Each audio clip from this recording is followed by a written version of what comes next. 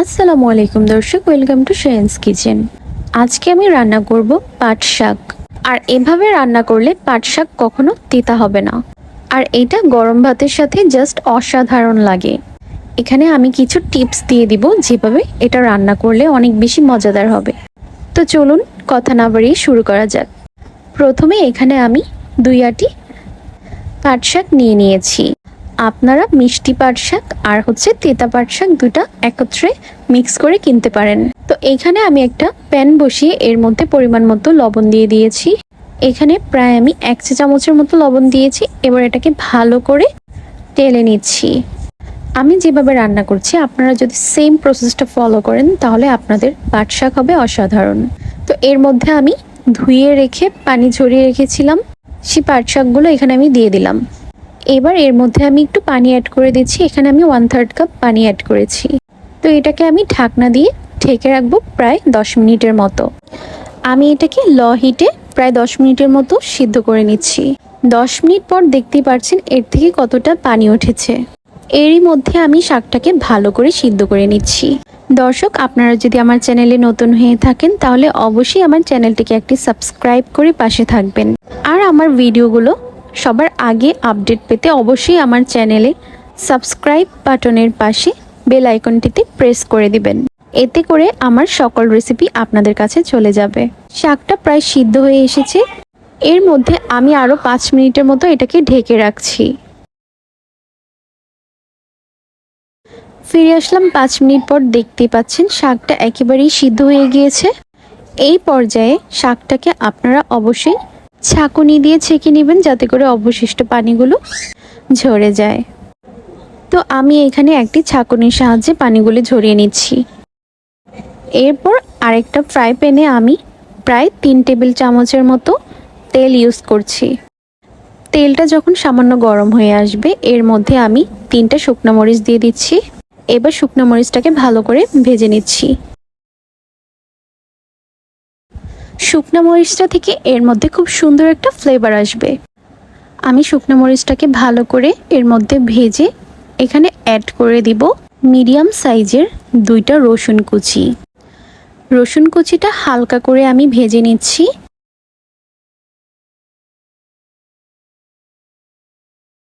এই পর্যায়ে অ্যাড করে দিব 2টা মাঝারি সাইজের পেঁয়াজ কুচি।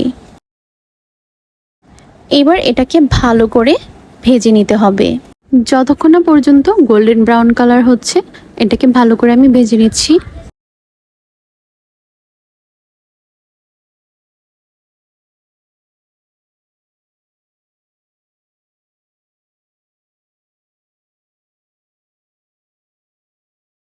দেখতেই পাচ্ছেন দর্শক, পেঁয়াজটা একেবারেই গোল্ডেন ব্রাউন কালার হয়ে এসেছে।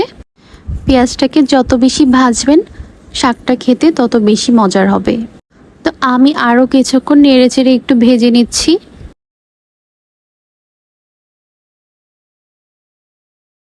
পেঁয়াজটা একেবারে পারফেক্টলি ভাজা হয়ে গিয়েছে। এই পর্যায়ে আমি শাক অ্যাড করে দিচ্ছি।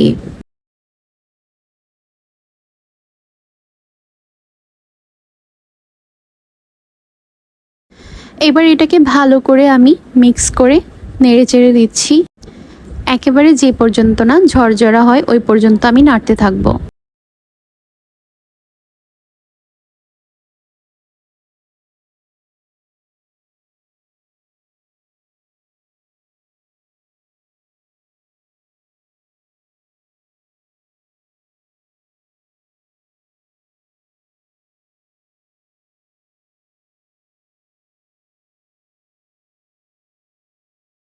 এই পর্যায়ে আমি এখানে 3টা কাঁচামরিচ ফালি করে দিয়েছি।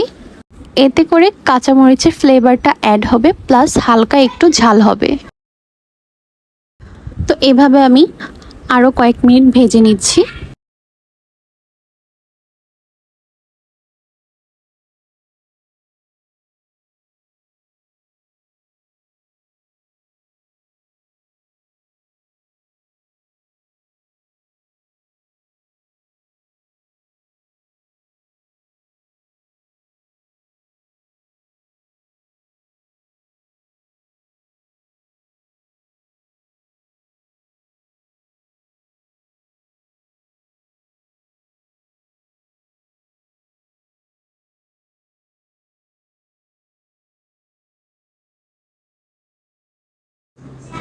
দেখতেই পাচ্ছেন দর্শক কতটা সুন্দর হয়েছে।